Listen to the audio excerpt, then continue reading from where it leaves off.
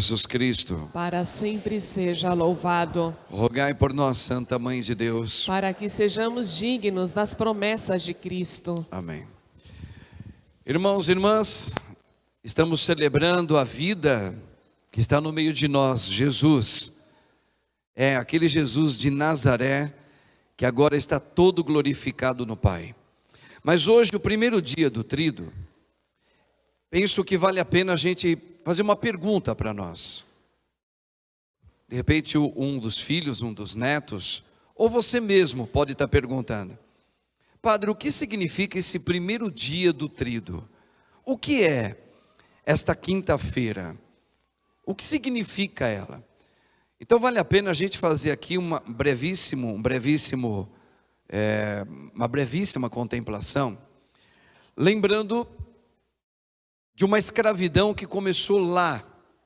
A gente tem que fazer essa linha tênua que liga com Jesus.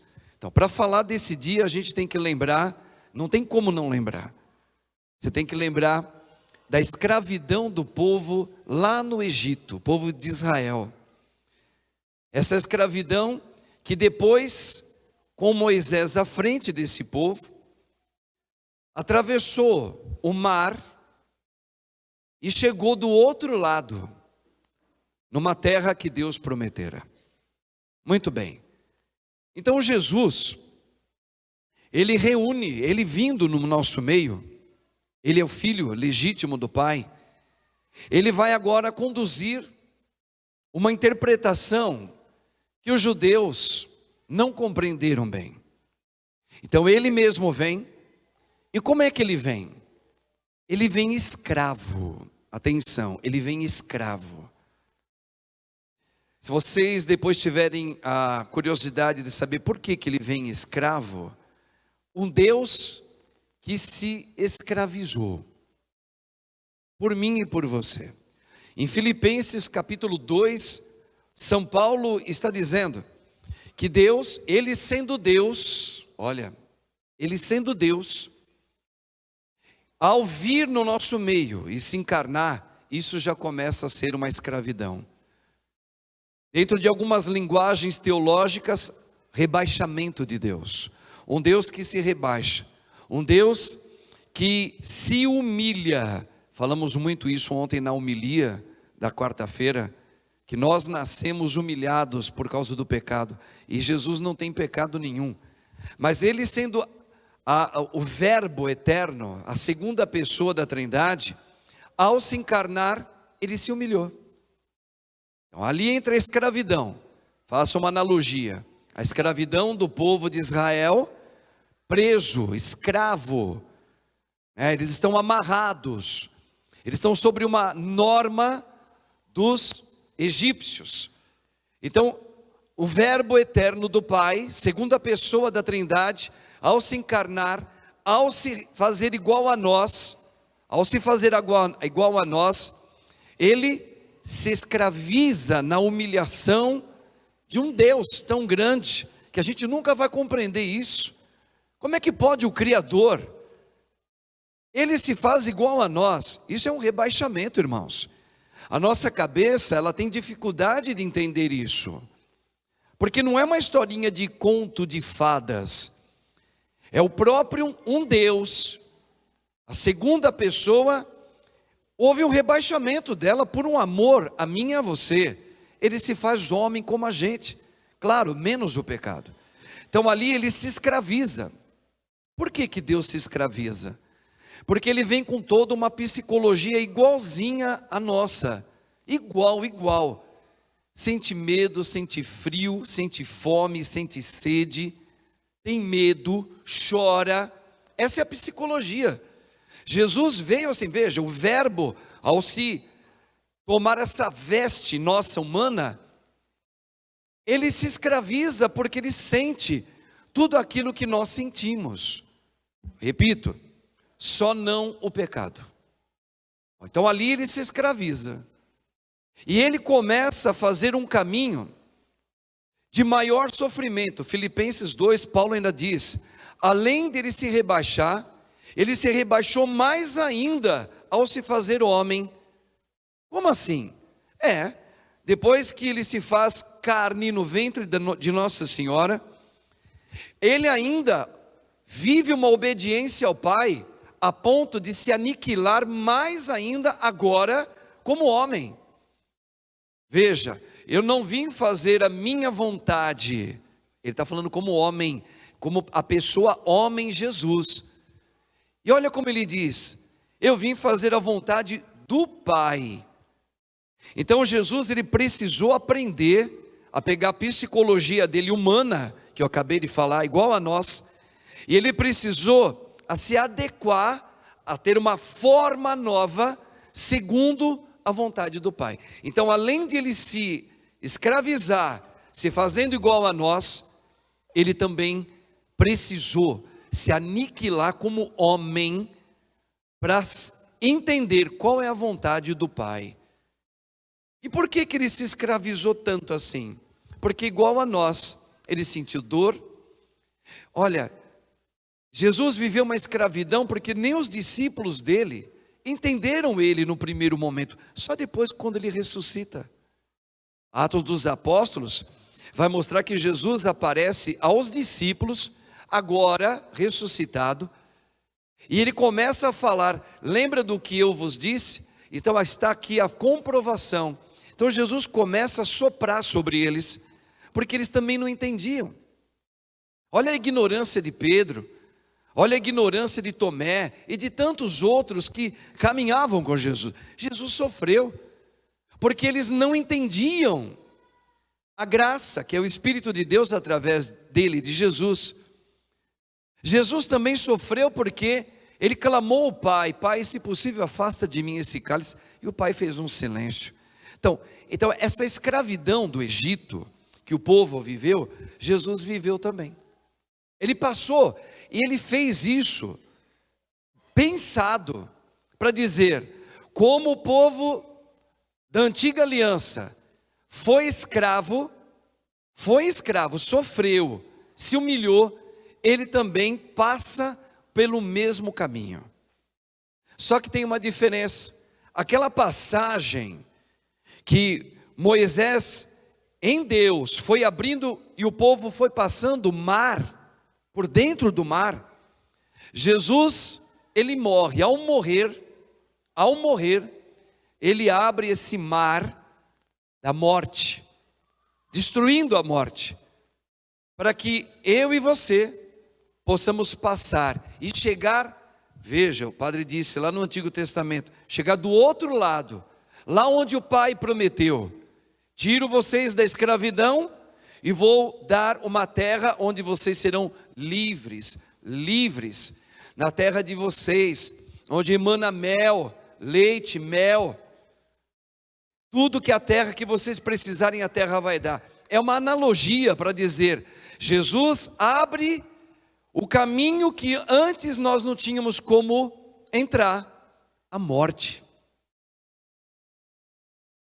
Daqui a pouco nós vamos entender o Sábado Santo, o significado dele.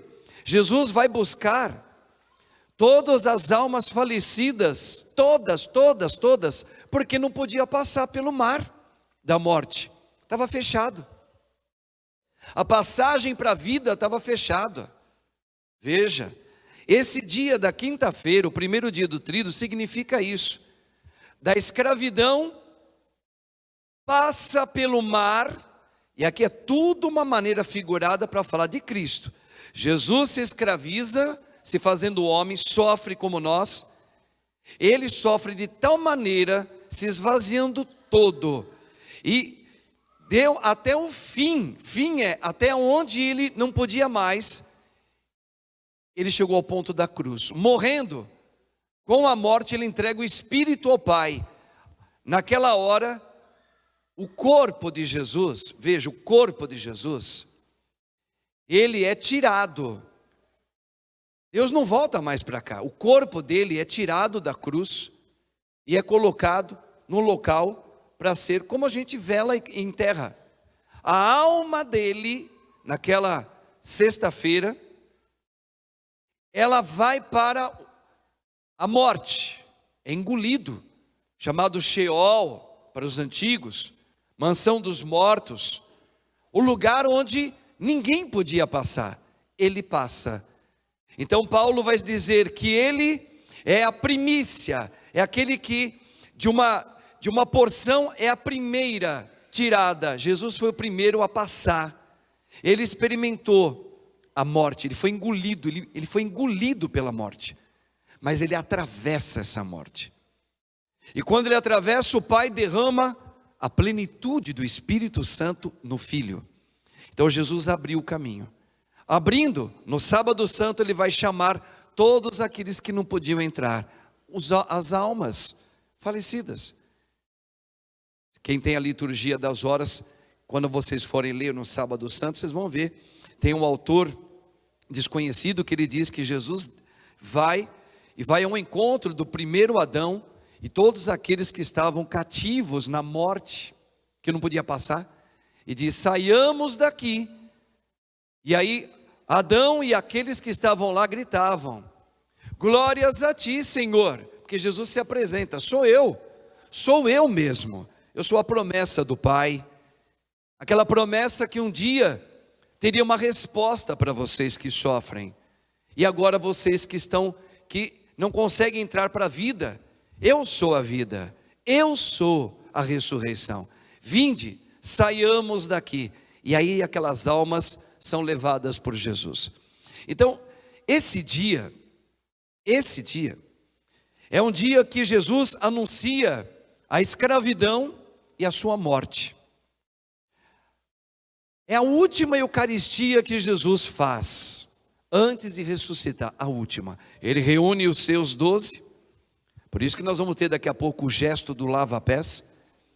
E ali ele pega o pão, ele eleva ao Pai e diz para os seus discípulos: isto é o meu corpo que será entregue por vós. Agora atenção no que vocês vão ouvir.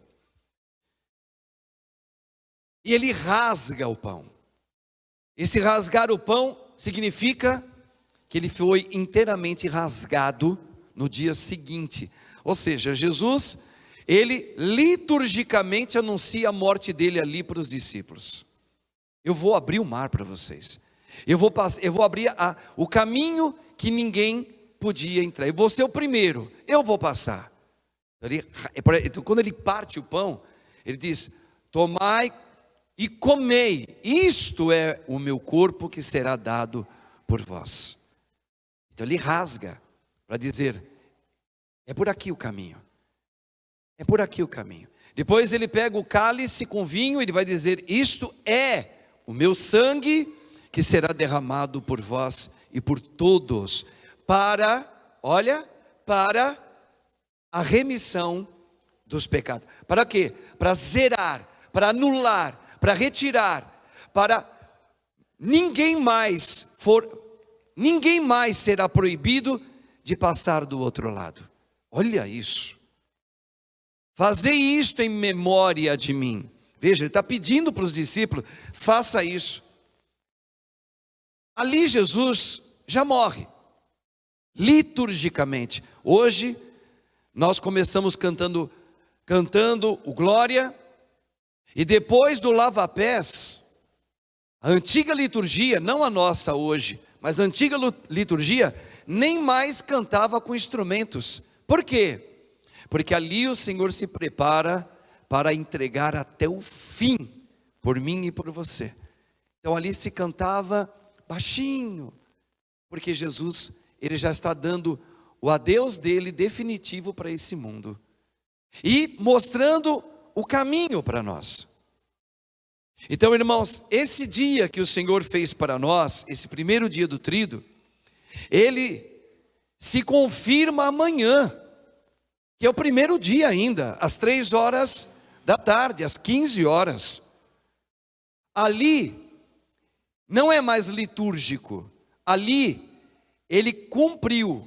É como se na quinta-feira, que é hoje, ele assinasse um cheque, dizendo, ele já assinou um cheque em branco. Ele não deixou em branco, quer dizer, ele não deixou de assinar. Ele assinou e o valor você põe, o que você quiser. pode colocar o máximo, e o máximo foi colocado. Então, já que ele assinou, não foi teatro o que ele fez ali ao partir o pão. Ali ele está dizendo, eu vou entregar isso em questão de horas para salvar você. Isso é muito forte, irmãos. E algumas horas depois, Jesus cumpre o que ele celebrou com os apóstolos. Ele celebrou. Qual foi o buraquinho, qual foi o lugar que Jesus passou? Passou para nós não morrermos mais. A cruz é o buraquinho. A cruz. A cruz foi a abertura que ninguém podia passar. Ninguém podia passar. Lembra? Ele foi visitar depois as almas todas, porque nenhuma podia passar.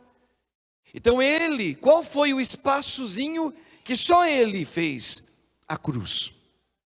Imagina um lugar, uma bolha, você está dentro de uma bolha e você precisa sair, e precisa ter um buraquinho. Imaginou? Imaginou rápido? Encontrou o buraquinho? Encontrou. Qual é? A cruz. Por isso que fala, ele amou e nos amou até o fim. Ele foi pela cruz para que nós saíssemos dessa bolha do hálito maligno da morte, que nos escraviza, que nos prende, que nos humilha. Ontem eu dizia, não são os dias maus que chegam na nossa vida que nos leva a palavra, agora fiquei humilhado. Não, nós já chegamos humilhados por causa do pecado. Ao nascer,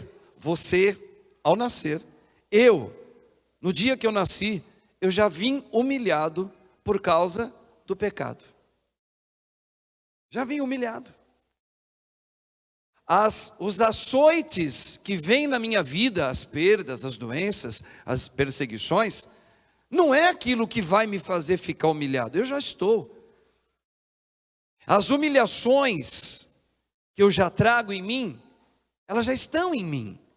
Por isso que o padre falou, que Paulo chegou a escrever, o verbo eterno se escraviza, se humilha, porque ele se transforma como nós, só que ele não tem o pecado, e agora a gente tem.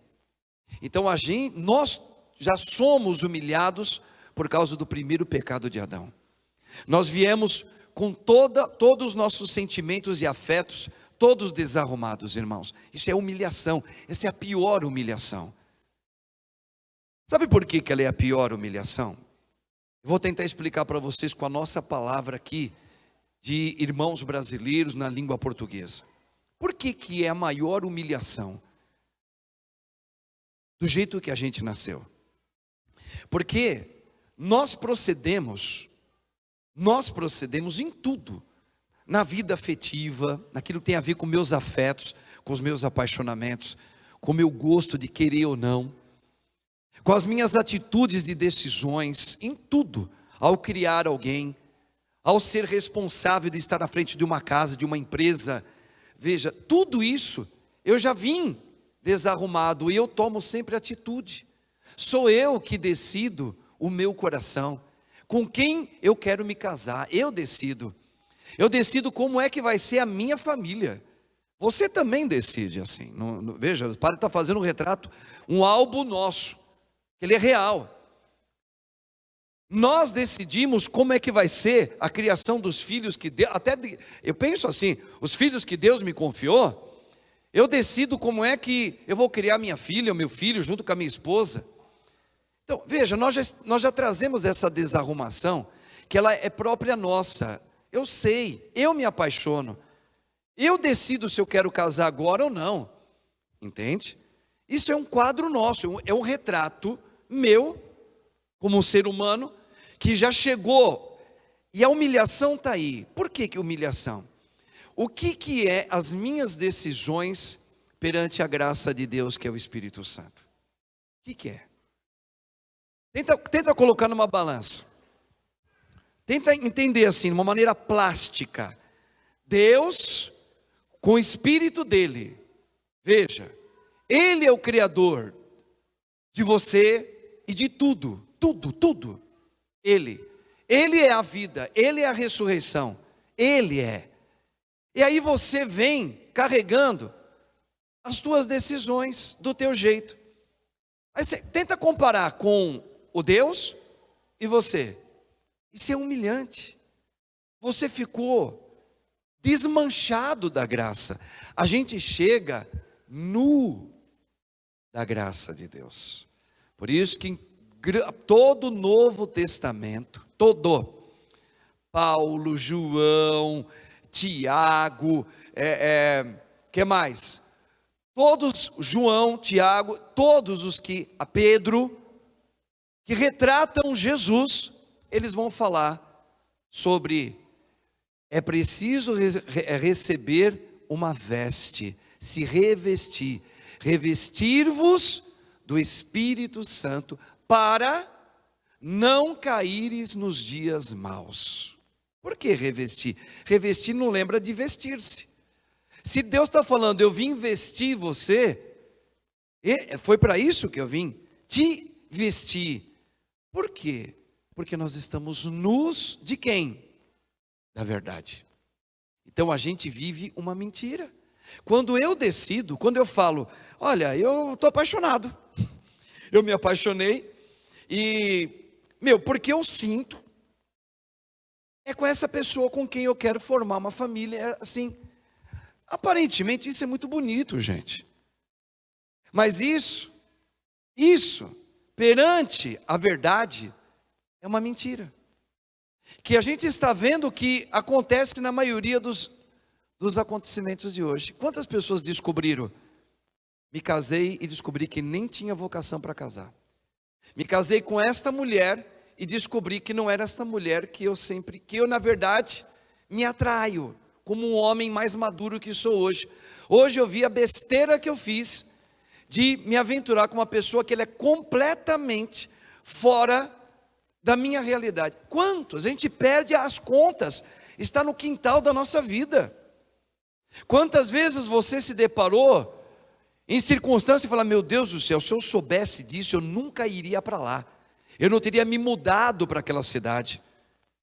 Eu não teria ido trabalhar naquela empresa que eu trabalhei. Nunca, não. Olha, se alguém me dissesse antes, por quê? Porque você toma decisões. Às vezes coincide com a graça de Deus, mas veja, são coincidências, isso é perigoso. Às vezes dá certo, mas na maioria das vezes a gente dá bola fora o tempo todo. Por quê? Porque a gente vive uma ilusão, como se eu soubesse o que eu sei, o que é melhor para mim. Você não sabe, nem eu sei. E quando a gente vai passando o tempo vai carimbando essa verdade na gente. Meu Deus do céu, se eu soubesse, olha aí, ó, tá vendo? Você não sabe. Por exemplo, quem é que consegue impedir?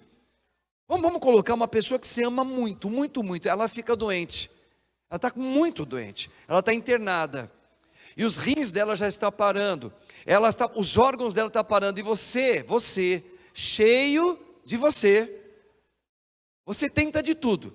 Às vezes você tem dinheiro, você vai lá, você coloca no melhor hospital do Brasil, com os melhores médicos, com os especialistas daquela doença.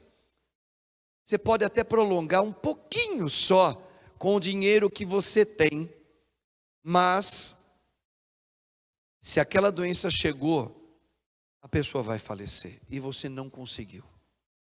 Então, nós vivemos uma mentira quando a gente pensa que está vestido da verdade, mas a gente não está. Então Jesus veio trazer a palavra salvação, essa passagem para o outro lado o Senhor vem nos dar a veste, que é a vida que nós saímos fora dela. Padre, nós saímos fora dela, não foi Adão? Foi, só que nós trouxemos a consequência disso. A gente veio totalmente desnudado da graça por causa do primeiro pecado. A palavra toda de Deus, ela contempla isso para a gente. Então, irmãos, hoje, esse primeiro dia do Tríduo, você fala, o que é essa última ceia abençoada?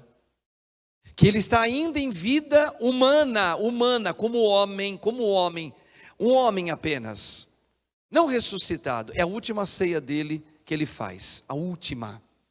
E ele dá um recado. E aí ele vai dizer: tu me chamas de mestre, eu sou. Tu me chamas de Senhor, Senhor. Vamos lembrar, os antigos de Israel, a tradução antiga, falava Kyrios a Deus. Deus é o Kyrios. O que é Kyrios, traduzindo depois do hebraico para os judeus? Kyrios significa aquele que é Deus. É Senhor, então é Senhor. Então quando os discípulos falam Senhor, falam assim: eu reconheço que tu és. Quem é? Este homem, esse Deus que se fez homem, agora ele é Deus. E Jesus fala: tu me chamas de mestre? Eu sou. Tu me chamas de Deus? Só que ele fala Senhor, né? Que é um costume deles falar. Sim, ele fala: eu sou. E se eu sou, eu faço isso. Veja, ele está revestido da graça. Façais vós também, para permanecer comigo. Quando Jesus fala: eu preciso lavar os pés, é para dizer: eu preciso lavar você de você mesmo. Permita isso na sua vida. Que eu hoje, como aquele homem da piscina, quer ser curado. Pedro vai falar: não, tu não vai me lavar não. Por quê? Olha só, está gostoso viver do teu jeito, não é? Você vive como Deus, você decide tudo. E Deus vai respeitar. Mas Jesus vai falar: se eu não te lavar, tu não terás parte comigo, Pedro. Aí Pedro já tem aquele descontrole, né, emocional dele. Então não me lava só o pé, não, me lava inteiro. Não. Veja, o Senhor está dizendo que é o revestimento, essa roupagem, esse espírito que nós perdemos, ele veio nos convidar a ter novamente. E aonde a gente, e fala assim: tá bom, eu também quero, esse revestimento. Eu quero chegar nessa ressurreição dele, o que eu preciso fazer? Pedro escreveu isso na carta dele, fantástico. Ele vai dizer: convertei-vos, seja batizado e convertei-vos. Entenda bem o que Pedro está falando. Aceita o batismo. Batismo de quem? Batismo de Cristo, no Espírito Santo. Mas não é só o batismo. E aí é uma coisa que todos nós aqui católicos, eu também, a gente tem muita dificuldade de entender. Porque a gente fala: poxa, mas eu já sou batizado no nome do Pai, do Filho e do Espírito Santo. Então isso significa que eu já estou buscando o revestimento, não estou? Tá e não tá. Por que ainda não tá? Porque não basta só ser batizado. Tem que a palavra que Pedro falou: receba o batismo e convertei-vos. O que significa convertei-vos? É aí que pega, é aí que a gente muitas vezes não entende, é por aí que a gente vive uma fé católica errada na maioria das vezes, e aí sofre, mas sofre que nem um cão.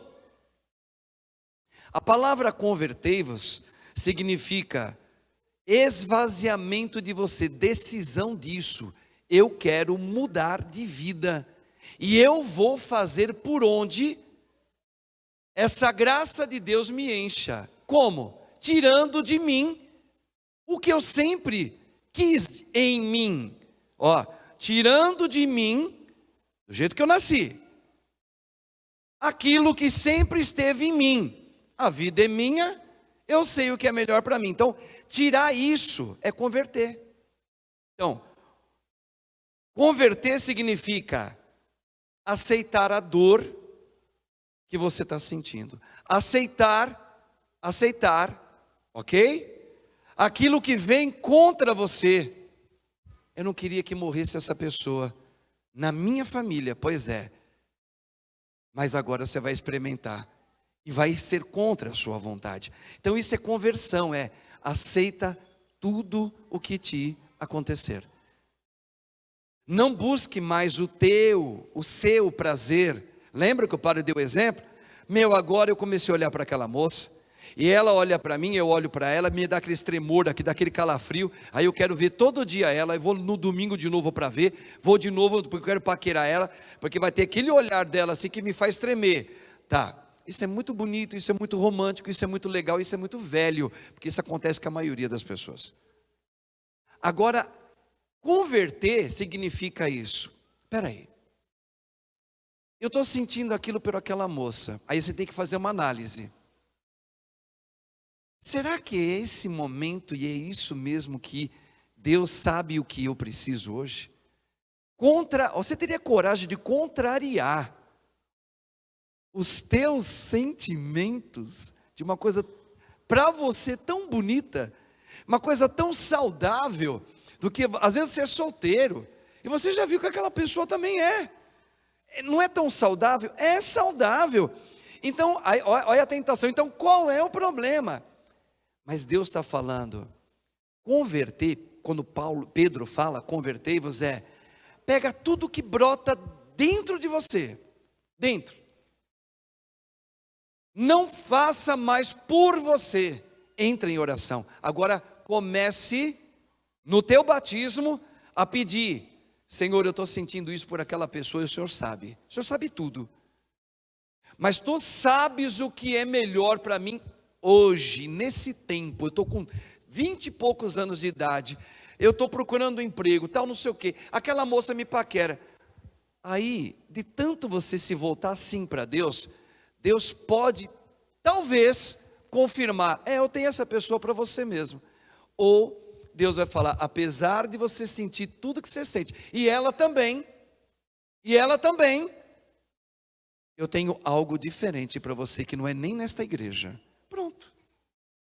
Então, converter é você esvaziar-se de tudo aquilo que é seu, do seu jeito, na sua engenharia afetiva, decisiva.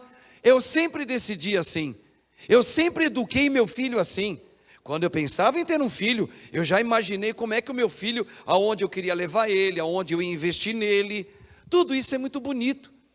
Mas quando você fala de conversão, você pega tudo isso que está em você, você vai levar diante dele e fala, Senhor, olha, eu tenho tudo isso que eu sonho.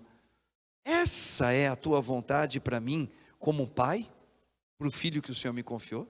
É essa educação que o Senhor quer? Mostra, confirma, e vai orando. Mas não é um dia, é a vida. Você precisa ter esse costume. Então, batizai-vos e converter. Converter sai do teu trono.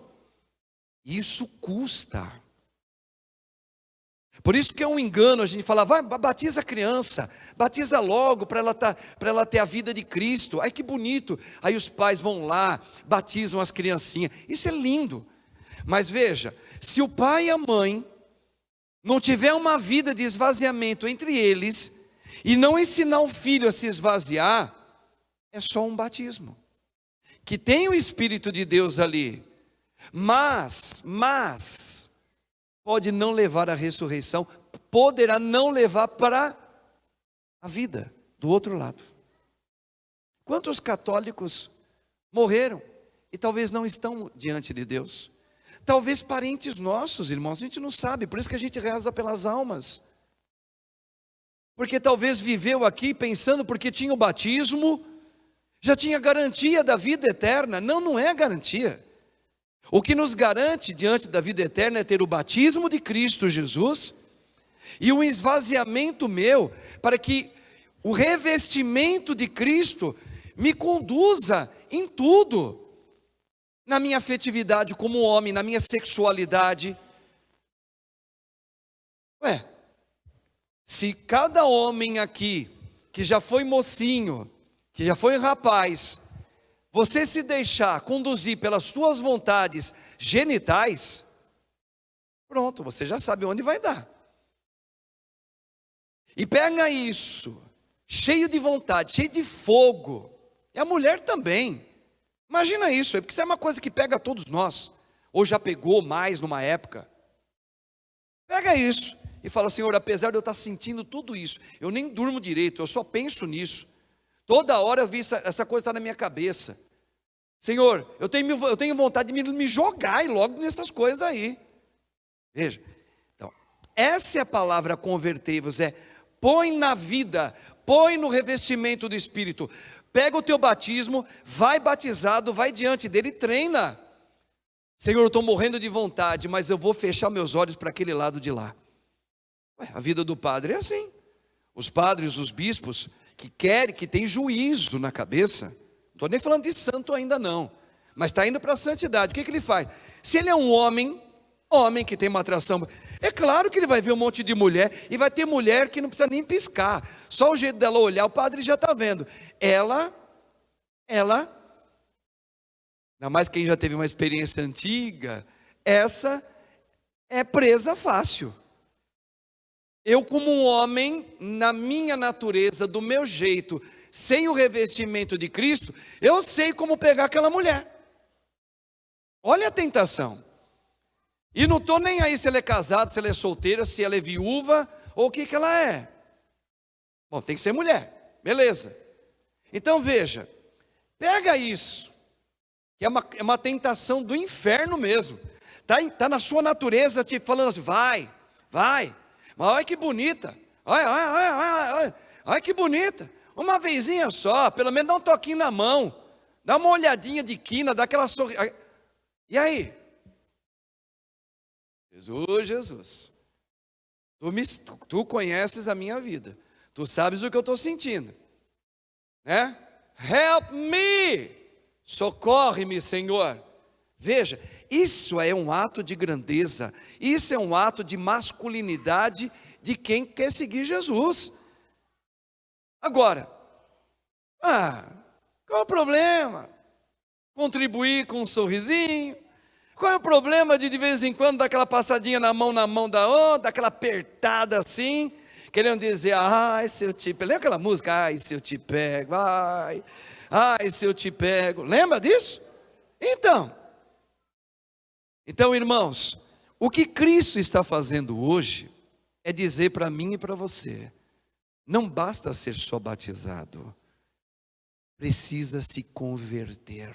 Leia a carta de Pedro. E isso é para mim, padre, todos os dias.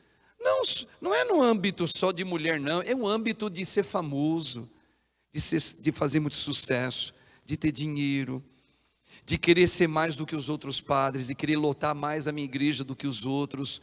Tudo isso rodeia a minha vida como pessoa, como rodeia a sua vida, coisas suas. E você se converteu, o que é? Poxa, eu morro de vontade de tanta coisa como padre. Leva para ele e fala, Senhor, olha, eu tenho tanta vontade de fazer isso, mas é isso que o Senhor tem para mim. Então eu estou pegando o meu batismo, estou exercitando, veja, na conversão, o que é? Converter o que é? Eu estou dizendo não para mim, eu não vou ceder para mim, primeiro eu vou com ele. Agora, se Deus falar, não vai, porque é isso que eu quero para você, sim. Pronto, então Deus vai confirmar isso. Então, irmãos, a nossa vida hoje, nessa quinta-feira santa, o Senhor está falando às claras para muitos de nós aqui.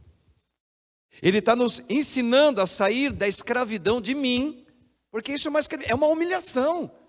Eu viver do meu jeito, perto daquilo que é Deus, que é puro, santo, e assim que Ele é a veste que Ele sonhou para mim. Aí você fala, como é que você quer comparar você com a santidade de Deus? Então você e eu, a gente vive uma mentira, é uma ilusão, que nos leva para onde? Nos leva à solidão final, porque tudo passa, a juventude passa, a vontade afetiva genital, ela pode até passar, ou você vai ficar, não vai poder mais fazer isso, que você está velho, ou vem uma impotência, sei lá o que acontece, você não vai fazer mais, ou aí você vai ter outra preocupação, já não é mais essa, é um filho, aí se não é um filho, é a parte econômica, gente, tudo passa, como diz os antigos, como diz São Tomás de Aquino, tudo é vaidade das vaidades. O que? Essa humilhação que a gente veio, só nos leva a vaidades, e passa. Olha aí, Alain Delon não era considerado, eu nunca vi, nunca vi. Na França, o homem mais bonito do francesinho, está vivo até hoje. Eu quero ver, vai ver como é que ele está. Vai ver. Ele é mesmo Alain Delon, não é outro. É veinho, murcho, ele está todo enrugado. Mas é o mesmo, não é mesmo, ele está velho. Passou Alain Delon, o Zorro. Ele era o Zorro. Eu fiz uma busca para ver os filmes dele. Não é? Acabou. Ele consegue manter aquela coisa de Alain Delon, só o nome. Tudo passa. Tudo passa. Os sobrinhos da gente, quando é pequenininho, quer brincar com a gente toda hora. Até a gente quer sair de casa porque eles querem brincar com a gente. Fala, pô, não quero. Fala, mãe, fica um pouquinho, brinca um pouquinho com ele. Tio, vem. Não, o tio vai ter que sair. De tanto querer brincar. Eles chegam nos 11 para 12 anos de idade, eles já não são mais os mesmos. Aí você fala, que saudade do titio, vem cá com o titio. Aí ele já se encolhe no canto, assim, olha para você, já pega o celularzinho dele e dá aquela risadinha, ei tio, tudo bem? Não é mais aquele menininho não, é outro. Vamos brincar com o tio, vamos. Aí, o tio, para. Aí você fica inibido, você que brincava tanto daquele jeito com ele, agora você vai brincar de tanto ele fazer, porque ele não fala direto, mas ele fala, tio, olha minha voz, mudou. Você está querendo brincar comigo assim ainda? Eu estou um pouquinho outra agora. Aí ele vai fazendo o que com você? Volta, tio, vai para trás um pouco. Aí você fica meio sem graça, né? Vamos com o tio ali, vamos. Não, tio, eu estou vendo um negócio aqui, falando com meu primo aqui, tá, beleza? Beleza. Tudo passa. Então, entenda que essa quinta-feira Jesus está colocando para nós. Nós vivemos uma ilusão. Nós achamos que os filhos são nossos. Nós estamos achando que eles nunca vão deixar de ser aquela coisinha inocente, bonitinha, que a gente, né? Daqui a pouco cada um nem quer mais ver a casa da avó, não quer ver mais o tio. Aí a avó fica triste, chorona. Fala, porque não sei, eu estou emocionado ultimamente, não sei o que é. Claro. Nem os netos mais querem vir. Depois não quer mais saber da mãe. Tem aquela musiquinha lá. Eu não quero colo de mamãe, eu quero colo de menina. A mãe era tudo para o menininho, para a menininha. Aí depois, mãe, nem quer. A mãe começa a querer dar um beijinho. Para, mãe. A mãe fica triste. Tudo passa, meu irmão, minha irmã. E você que se apaixonou pelo teu marido uma vez, era aquela coisa de querer segurar na mão. Dá até raiva, não dava? Né? Tua irmã nunca deixava você nem que chegar perto dela. Quando ela começou a namorar, ela segurava a mão do namorado e não sei o quê. Depois passou alguns anos que ela está casada, ela está sentada do lado de lá, o marido dela do lado de cá. Porque tudo é uma mentira, essa coisa nossa, esse amorzinho mentiroso nosso. Vocês estão entendendo, irmãos? E você que está muito rico, que beleza. Não é pecado nenhum ficar rico não, viu? Aí você fala, poxa, eu estou tão rico, o que eu vou fazer com tanto dinheiro? Aí você morre. Aí sabe o que acontece? Se você tem herdeiros, eu eduquei meus filhos tudo na fé católica, beleza. E aí, um já não fala mais com o outro. Por quê? Porque estão brigando por causa da herança do pai que morreu. Ah, irmãos, eu que não sou tão inteligente, não sou mesmo. É fácil sacar que nós vivemos uma mentira. E Jesus está dizendo, eu sou a vida. Eu vim investir em você da vida que está em mim. O Espírito Santo está em Jesus. É isso que Ele está convidando a gente. Agora é um convite. Basta apenas ser batizado? Não. Tem que aceitar, eu quero mudar de vida. Isso dói. Isso dói. Isso dói. Muito dói. Termino. Eu aprendi isso com um bispo. É pecado rezar sem vontade? Eu achava que era. Porque para mim, você acha que Deus, Ele deseja que eu vou rezar, se Ele me deu a liberdade, mesmo sendo católico, mas não estou com vontade. E se eu forçar, é até pecado isso, porque eu estou contrariando a minha vontade. Opa, você está o quê? Contrariando a minha vontade. Isso é ruim, é pecado. Não é. Não é. Porque a tua vontade, como é que ela está? Desarrumada. Foi isso que ele me ensinou uma vez. Eu nunca mais esqueci. Então eu falei, então quando eu não estou com vontade de rezar, ele falou, é onde você deve rezar, mais ainda. Com vontade, reza. E sem vontade, mais ainda. Por quê? Você está lutando contra os demoniozinhos dentro de você. Não vou ceder de novo. Porque quando você não está com vontade, você sempre vai atrás ou da televisão, ou da pornografia, ou vai falar no seu celular com um colega, uma colega, ou você vai sair para beber, ou você vai assistir jogo, ou você vai ficar na internet, ou você vai dormir. Pode reparar. Se eu não rezo, eu tenho sempre uma fuga pensando em mim. Então reze com vontade ou sem vontade, porque é santo fazer isso. Então, irmãos, essa quinta-feira a gente coloca tudo isso no coração de Jesus. E a grande pergunta que ele deixou para mim hoje, está deixando para você é: queres ser curado?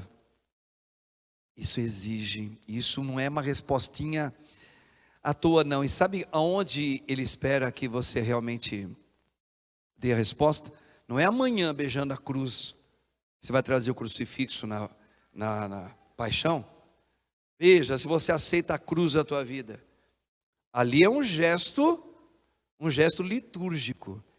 Aí Deus vai permitir que você passe por mais circunstâncias que você não vai gostar nesses tempos que você está vivendo. Em todos os âmbitos pode acontecer nas suas vidas. Saúde, família, dinheiro, amigo que trai, ok? Doença que chegou, falecimento de alguém, ok? Na hora que você beijar a cruz ali, ó, liturgicamente, eu aceito. E Jesus falou assim, ele sabe a verdade, mas ele vai preparar você. Ele vai colocando você diante daquele Egito, da escravidão. Só que na verdade ele vai colocando você para você caminhar para a vida. São degraus que vai te levar para Deus. Saindo de mim e aceitando tudo o que for da sua vontade, mesmo que eu não entenda. Eu não entendi nada, não importa, eu aceito. Amanhã, não sei se vocês vão estar aqui, né? Para beijar a cruz de vocês. É a cruz sua, não é a cruz de Cristo não. Ninguém beija a cruz de Cristo. Cristo já morreu e já ressuscitou, está vivo. Quando você beijar a sua cruz, você fala assim: sim, sou batizado e quero me converter, sabendo de tudo que pode acontecer na minha vida. Amém?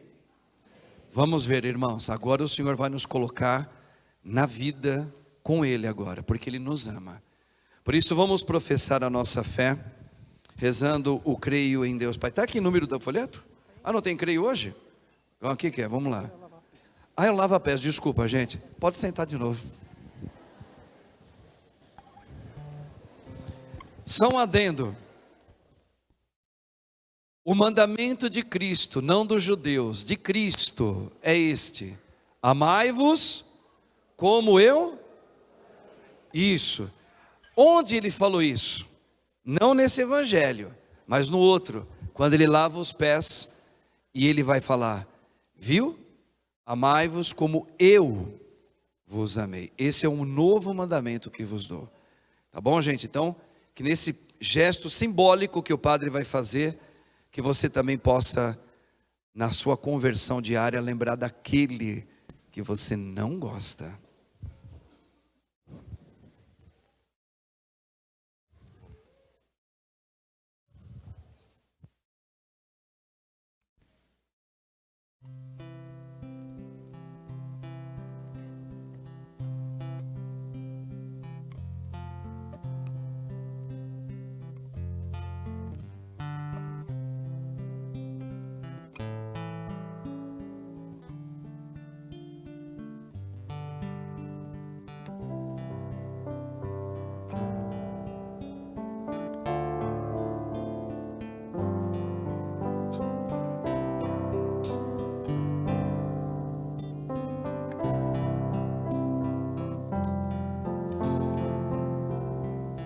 Para quem quiser acompanhar, o nosso cântico é o número 11 do folheto. Jesus erguendo-se da ceia, jarro e bacia tomou, lavou os pés dos discípulos, este exemplo nos deixou. Aos pés de Pedro inclinou-se, ó mestre, não por quem és, não terás parte comigo, se eu não lavar os teus pés. Não terás parte comigo, se eu não lavar os teus pés. És o Senhor, tu és o mestre, os meus pés não varei, o que eu faço não sabes, mas depois compreenderás. Seu vosso mestre, Senhor, vossos pés hoje lavei, lavai os pés um dos outros, eis a lição que vos deis. Lavai os pés uns dos outros, eis a missão que vos dei. Eis como irão reconhecer-vos como discípulos meus, se vos amais uns aos outros, disse Jesus para os seus.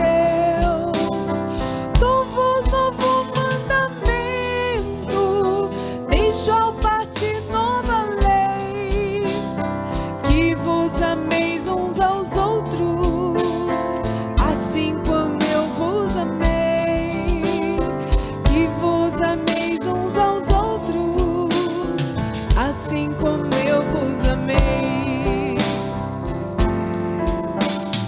Vou para o Pai, mas volto logo, comego e lavareis. Mestre, qual é o caminho para chegar onde irei?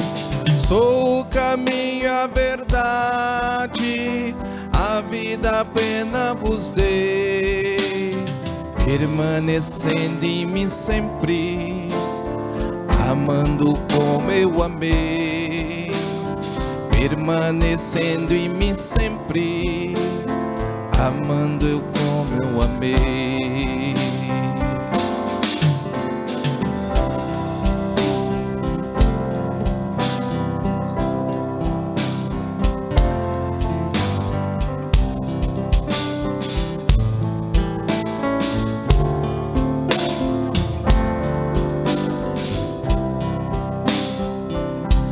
Jesus erguendo-se da ceia, jarro e bacia tomou, lavou os pés dos discípulos, este exemplo nos deixou. Aos pés de Pedro inclinou-se, ó mestre, não por quem és, não terás parte comigo, se eu não lavar os teus pés. Não terás parte comigo, se eu não lavar os teus pés.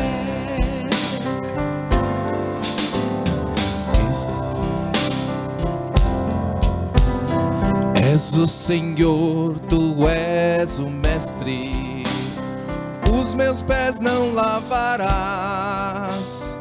Ora que ora eu não sabes, mas depois compreenderás. Seu vosso mestre, Senhor, nós lavar os pés uns dos outros, esta é a missão que vos dei. Lavai os pés uns dos outros, eis a lição que vos dei.